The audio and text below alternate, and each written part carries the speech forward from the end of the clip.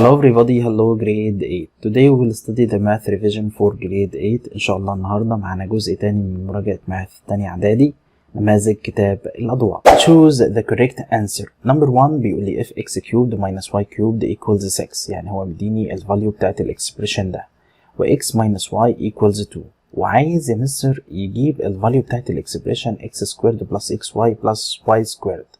خد بالك ان دي مكتوبة y بس انت هتصلحها تخليها y squared. بالنسبة للإكسبريشن x cubed minus y cubed ممكن تعمل له factorization، يعني ال x cubed minus y cubed ده عبارة عن difference between two cubes، كلنا نعرف نعمل له factorization، هيبقى x minus y times يا مستر x squared plus xy plus y squared. كل اللي عليك انك هتعمل substitution. ال x cubed minus y cubed ده بكام؟ ب 6 is equal to x minus y equals 2 times what مستر؟ يعني 6 دي equals 2 times 3. خلاص يبقى الفاليو بتاعت x squared plus xy plus y squared دي يا مستر equals 3، يبقى الانسر عندك هتكون دي. نمبر 2 سهلة جدا، هتكون فيها equation. بيقول لي the area of the square is 50 square centimeter، ومديك اللينث، وبيطلب هنا مش مديك بقى، بيطلب اللينث بالنسبة للدياجونال هيكون كام. انت افترض الدياجونال ده باكس او اي رمز تحبه، ممكن تسميه دي. طب يا مستر لو انت عندك الدياجونال اكس، الاريا ايكوالز وات؟ الاريا ايكوالز هاف اكس سكويرد، ده رول احنا خدناه قبل كده. كل اللي عليك جاست سبستيتيوت، هتشيل الاريا وتحط بدالها 50، يبقى 50 is equal to half x squared. عشان تحل الايكويشن دي multiply both sides مستر by what؟ by 2 عشان تتخلص من 2 دي، يبقى انا هعمل multiplying by 2 هنا و multiplying by 2 هنا. طيب 2 times 50 equals what مستر؟ 2 times 50 equals 100 is equal to x squared. عشان تجيب الفاليو بتاعت الاكس هتاخد سكوير روت، بس خد بالك راديكال، يعني الفاليو بتاعت الاكس هنا لازم تطلع بوزيتيف يا مستر، يعني هتطلع بوزيتيف 10.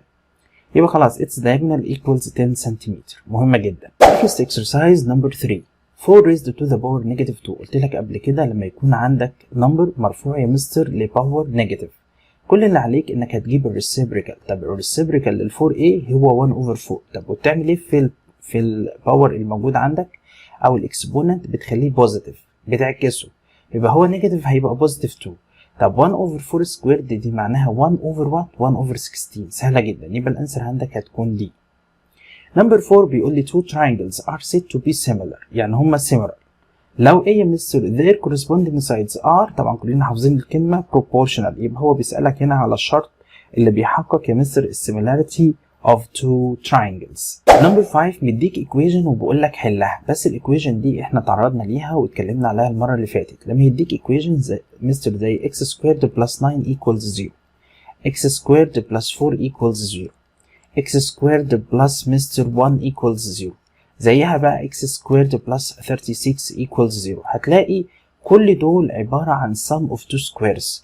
يبقى على طول من غير ما تفكر يا مستر، يبقى السوليوشن سيت هتكون عندك 5 اللي هي نال سيت. ليه؟ عشان ما تقدرش دايما يا مستر تعمل سولفينج للايكويشن دي في ار، لما تيجي تعمل لها فاكتورايزيشن المفترض انك انت نو فاكتورايزيشن هنا. نمبر 6 if the ratio between the two lengths of two corresponding sides in two similar mister triangles is 2 to 1، يعني بيديك scale factor ب 2 to 1. هو بيسألك بيقولك then the first triangle is a or an of the second one. خد بالك انت هتقارن الريشيو الموجودة عندك دي اللي هي 2 to 1، تقدر تكتبها 2 over 1. بيمين يا مستر بال1. لو equals 1 هتلاقيهم congruent، يبقى هتختار الكلمة الأولانية. طب يا مستر لو greater than هتختار enlargement تكبير. طب لو less than ممكن تختار minimization or reduction.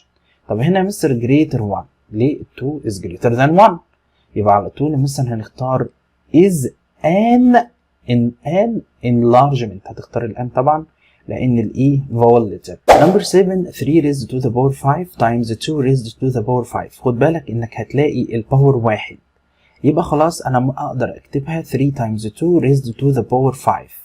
وخد بالك ان ده رول خدناه قبل كده، الاكسبوننت هنا على 3 وعلى 2، بس انت بتعمل عكس الرول. 3 times 2 equals what؟ equals 6 raised to the power what؟ raised to the power 5. يبقى الانسر عندك هتكون C. next نمبر 8 مديلك 2 triangles، وال 2 triangles دول خد بالك ان هما يا مستر similar، طب يعني ايه similar والايه similar؟ لان انت عندك الانجلز في الصغير يا مستر congruent مع الانجلز اللي في الكبير. هو مديك اللينث بالنسبه يا مستر للصغير، وكمان مديك لينث واحد بس سايد بالنسبه للكبير، وطالب البريمتر بتاع التراينجل الكبير. عشان تجيب البريمتر للتراينجل الكبير هتلاحظ حاجه اسمها سكيل فاكتور، ودي اتكلمنا عليها، او الريشيو يا مستر between two corresponding sides. الكورسبوندينج سايدز من الشكل عندك ال4 وال8. يا مستر الريشيو between ال4 وال8 is 1 to 2، يعني ال4 is half 8 او ال8 يا مستر is double 4. انت اختار الدبل عشان اللي غايب عندك الكبير.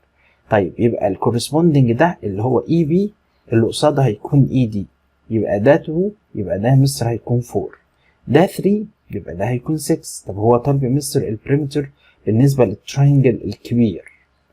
تمام؟ just add all sides. 6 plus 4 10. 10 plus 8 equals 18. يبقى على طول البريمتر equals 18. يبقى الانسر عندك هتكون ايه؟ خد بالك انك ممكن تجيبها بطريقة تانية. بريمتر الاولاني over بريمتر التاني هيديك نفس الريشيو اللي احنا اتكلمنا عليها اللي هي 1 to 2. بريمتر الاولاني هتجمع كله.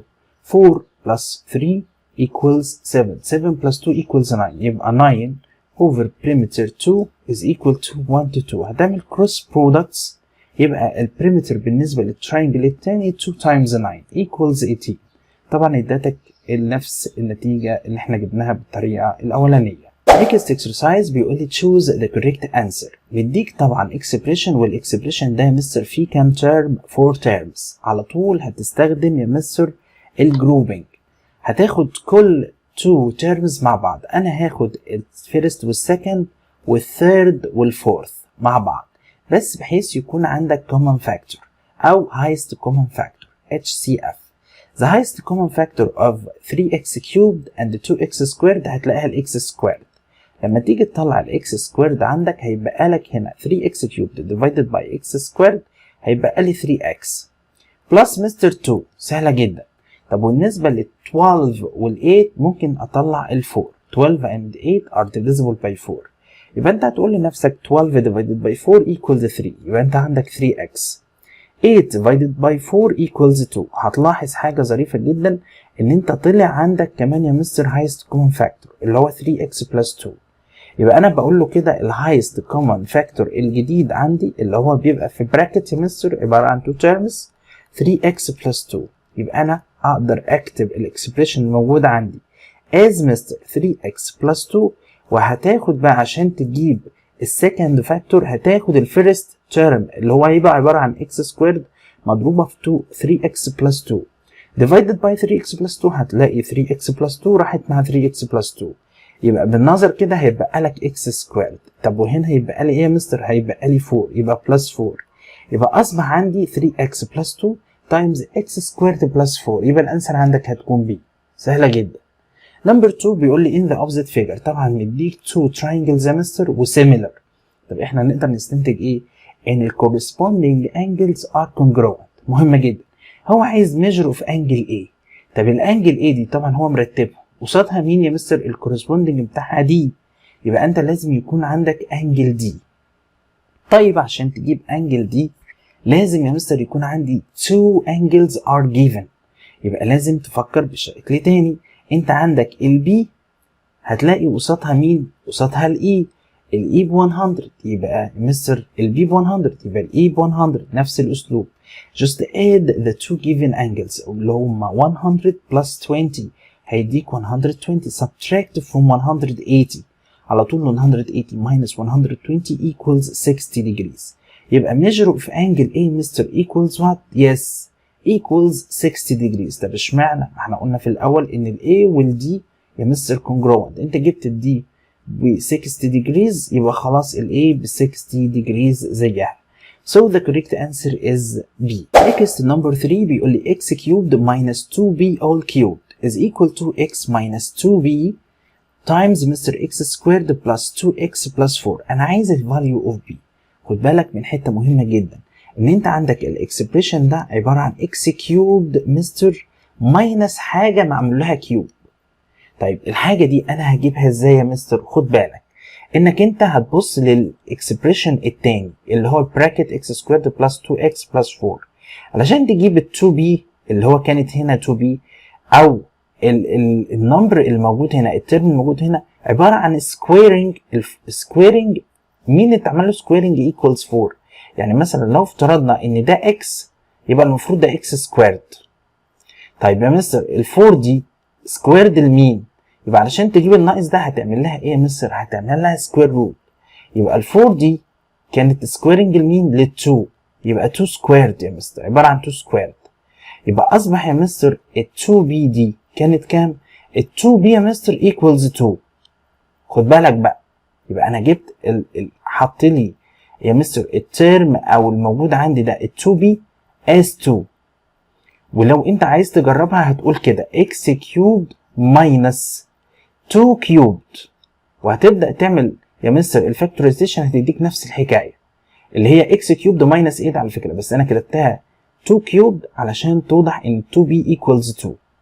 يبقى انت ممكن تعمل لها فاكتورايزيشن هيبقى x minus 2 times x squared plus 2x اهي x squared plus 2x plus مستر وات plus 4 اللي هي سكويرنج لل 2. يبقى اصبح ال 2b دي عباره عن 2. خلاص to find the value of b just divide both sides by 2. يبقى خلاص يا مستر ال b equals 1. سهله جدا. او ممكن تقول لنفسك 2 times what equals 2 2 times 1. يبقى الانسر بتاعت ال b هتبقى 1. نمبر 4 بيقول لي if the product of the length of the two diagonals of rhombus اداني البرودكت 36 واداني الهايت يا مستر ب 4. عايز يحسب السايد لينث. عشان تحسب السايد لينث لازم يكون عندك يا مستر الاريا بالنسبه للرامبس. عشان نجيب الاريا للرامبس equals مستر half the product of the two diagonals. يبقى معنى كده half مستر the product، يبقى half times كام؟ times 36. يبقى الاريا انت طلعتها half 36 equals 18. يبقى انت عندك الاريا 18. احنا اخدنا رول بالنسبه لمستر للرامبس معانا تاني اقدر اجيب الاريا منه. الاريا بالنسبه للرامبس equals its side length times its height. طب الاريا بكام؟ ب 18. طب هو محتاج مين؟ السايد لينث اللي هو اس، والهايت مديهولي ب 4. يبقى مثلا عشان تجيب الاس يبقى 18 divided by 4. ممكن تعمل simplify. divided by 2 equals 9 divided by 2 equals 2. يبقى 9 over 2. as a decimal we can write it as 4.5. يبقى اصبح السايد لينث عندي equals 4.5 سنتيمتر. يبقى خد بالك السؤال ده بيتحل على 2 steps. step 1 مستر find what؟ find the area of the rhombus by using the two diagonals. هو احنا اخدنا half product of the two diagonals equals الاريا. انا جبت الاريا. بعد كده step 2 هتستخدم الاريا في ايجاد مستر السايد لينث. طب ازاي؟ just divide the area by the height which is 4. يعني هو given اصلا. يبقى هتقول له 18 divided by 4 وتعملها simplify هتطلع لك 4.5. يبقى الانسر عندي هتكون دي. نمبر 5 مستر بيقول لي factorization. طبعا الاكزامبل ده مهم جدا. 81x raised to the power 4 بلس مستر 4z raised to the power 4. ما دام عندك الباور 4 بيسموها يا مستر هنعملها complete squaring.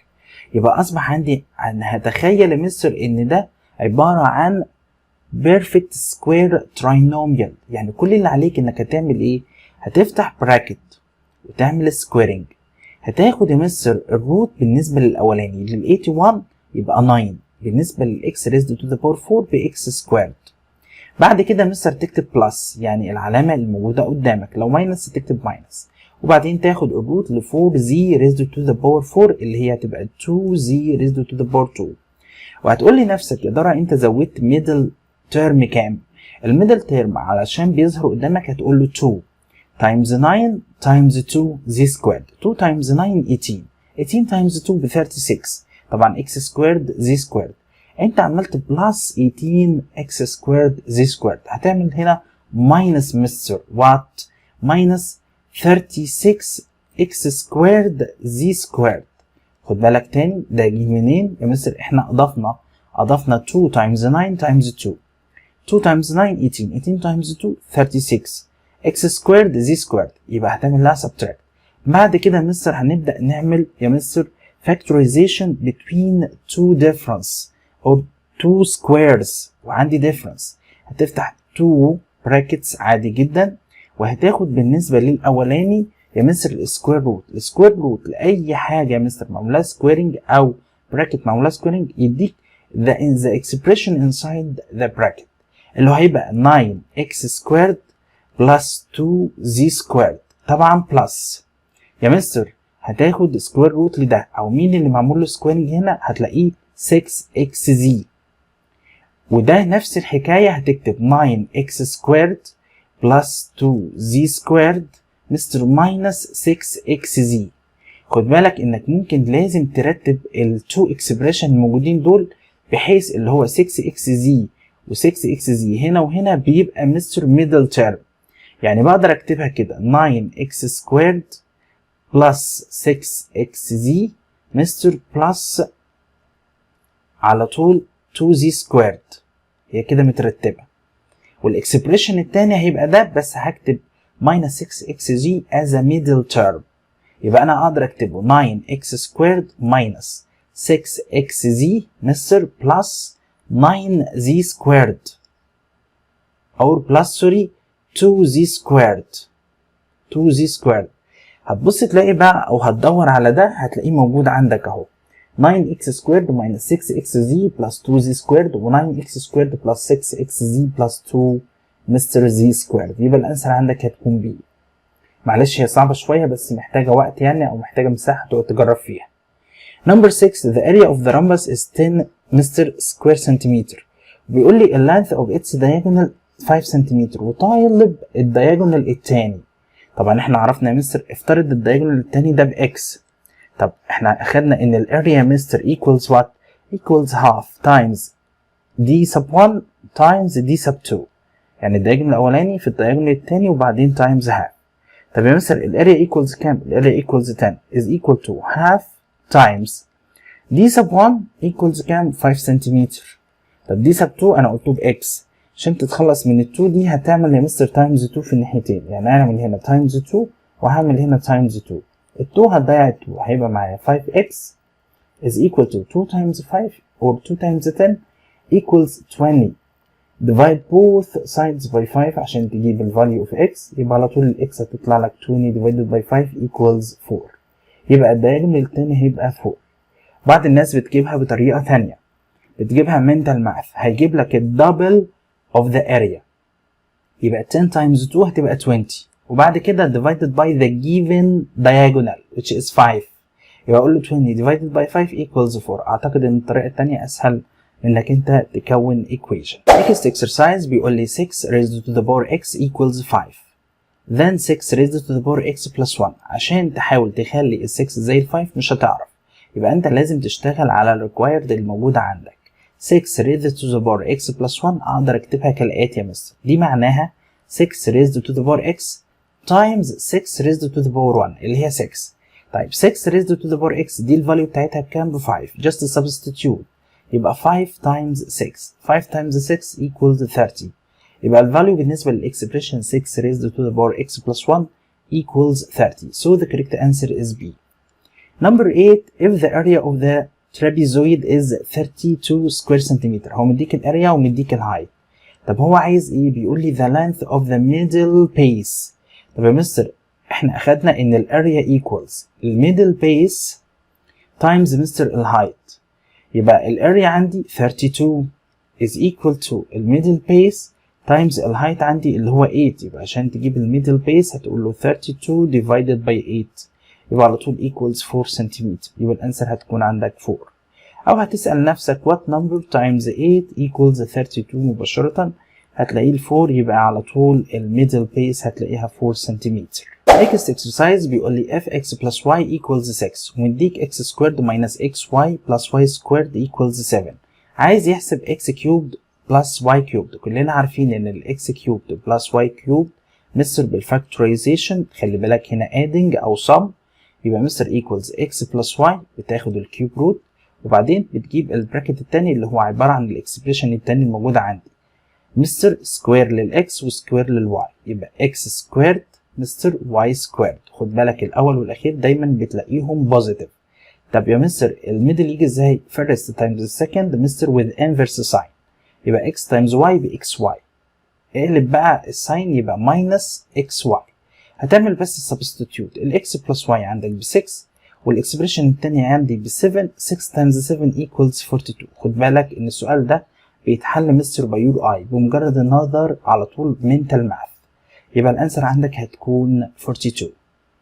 next مستر in the opposite figure، طبعا مديك 2 triangles و 2 triangles similar، عايز طول الاي اف، يبقى انت ركز على الاي اف. طب الاي اف قصاده مين يا مستر؟ هتركز بقى الاي اف قصاده الاي بي، يبقى ركز على الاي بي. هنا الاي اف يا مستر اي اف، يبقى خد بالك الاي اف the second and third، يبقى قصاده البي سي، سوري قصاده البي سي. يبقى انت هحاول هتجيب الريشيو between مستر two corresponding sides. انا هاخد الاي بي والدي اي، الاي بي ب 4 والدي اي ب 8، يبقى الريشيو between them يا مستر 1 to 2. طيب ده 5، يبقى ده هيكون دبل على طول، يبقى هيكون 10 سنتيمتر. عايز تكون ايكويشن وريليشن مفيش مشكله، عايز تحل كده على طول مباشره برضه عادي مفيش مشكله. انا يهمني ان النتيجه او الاختيار الصحيح يكون صح. next 2 raised to the power x equals 8، انا عايز الفاليو بتاعت الاكس. خد بالك بقى ask yourself what's the exponential form of 8. طبعا ال 8 كلنا عارفينها، ممكن اكتبها 2 cubed، يبقى خلاص الاكسبريشن او الايكويشن اللي قدامي دي اللي هي 2 raised to the power x اقدر اكتبها 2 raised to the power x is equal to 2 cubed. عندك البيس like bases يا مستر، خلاص we have the same exponent so we can deduce that x equals 3، يبقى الانسر عندك هتكون B. next number 4 مديني 2 triangles ويقول لي similar. طيب ومديك كمان 2AB equals 2DE. خد بالك انك ممكن تشطب ال 2، معنى كده ان ال AB is equal to DE. طب تقدر تستنتج على طول ايه يا مستر؟ تقدر تستنتج ان ال AB is congruent to DE. جملة صعبة شوية معلش، يبقى هما congruent. طبعا احنا عارفين ان اي 2 triangles congruent بيكونوا similar. هو بيقول لي the triangle ABC is equal to البريمتر، يعني البريمتر is equal to what times the perimeter DEF. خد بالك ان هما congruent يعني هما الاتنين have the same perimeter، يبقى الانسر هيكون ايه عندي؟ 1. مهمة جدا الجملة دي بس صعبة إلى حد ما. Number 5 the solution set of the equation x squared minus 9 equals 0. كل اللي عليك إنك تعمل factorization لل left hand side، هتبقى x plus 3 times x minus 3 difference between two squares. خلاص يبقى مستر x plus 3 is equal to 0. we can deduce that x equals negative 3. والناحية التانية x minus 3 equals 0. we can deduce that x equals positive 3. So the solution set it will be 3, negative 3. والاتنين يا مستر هتلاقيهم real numbers، يعني هتبقى لهم الاتنين. So the correct answer is D. Number 6 the area of the square equals 16 cm. طب هو عايز مين؟ عايز الدايجونال. طبعا اتكررت يا مستر، يبقى half x squared، خلاص الايكويشن حفظناها، is equal to الاريا اللي هي 16. Multiply both sides by 2 we get x squared equals 32. خد بالك بقى عشان تجيب الفاليو اوف x هتبقى روت 32، ودي احنا اخدناها ازاي نعملها simplify يا مستر في الفيرست تيرم. اقدر اكتب ال 32 as مستر 16 times 2. طيب مين هيطلع هنا من تحت الروت؟ روت 16 or radical 16 equals 4، يبقى هكتبها 4 روت 2، يبقى الانسر عندي هتكون 4 روت 2 سنتيمتر. وممكن تستخدم الكالكوليتور، لو كتبت روت 32 وضغطت equals هتديك على طول 4 روت 2 وتخلص نفسك بالكالكوليتور برضو مفيش مشكلة.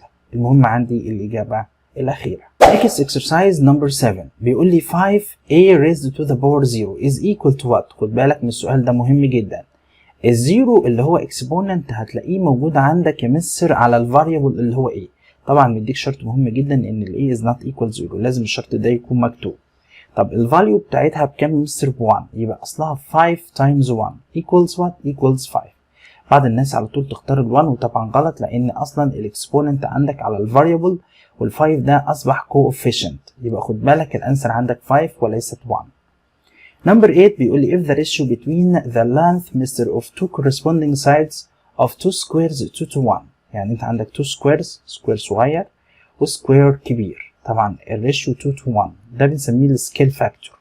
طيب بيقول لي the perimeter of the smaller one is 12 سنتيمتر، يعني البريمتر هنا 12 سنتيمتر، يبقى خد بالك البريمتر بتاعي التاني كام؟ بيقول لي what's the area of the other square. يبقى عشان تجيب الاريا of the other square اولا التو سكويرز يا مستر بتلاقيهم similar، ودي احنا اخدناها all squares are similar، مهمة جدا. يبقى خد بالك البريمتر بتاع الاولاني ب 12 سنتيمتر، يبقى البريمتر بتاع التاني يا مستر equals 24 سنتيمتر، بس هو مش محتاج البريمتر هنا، هو عايز يحسب يا مستر الاريا. يبقى انت لازم تجيب السايد لينث. طب السايد لينث equals what؟ equals the perimeter divided by 4. البريمتر عندك 24 divided by 4 equals 6 سنتيمتر. خلاص بقى تقدر تجيب الاريا of the square its side length times itself or s squared. بعد الناس تكتبها كده يبقى equals 6 squared، لان الاس عندنا ب 6. 6 squared equals what؟ equals 36. يبقى الانسر عندي هتكون 36 سكوير سنتيمتر. بكده يبقى احنا انتهينا من ماث ريفيجن جريد 8. نلتقي على خير ان شاء الله في حصص تانية. ما تنساش لو عجبك الفيديو تعمل لايك وشير مع اصحابك وسبسكرايب في القناة.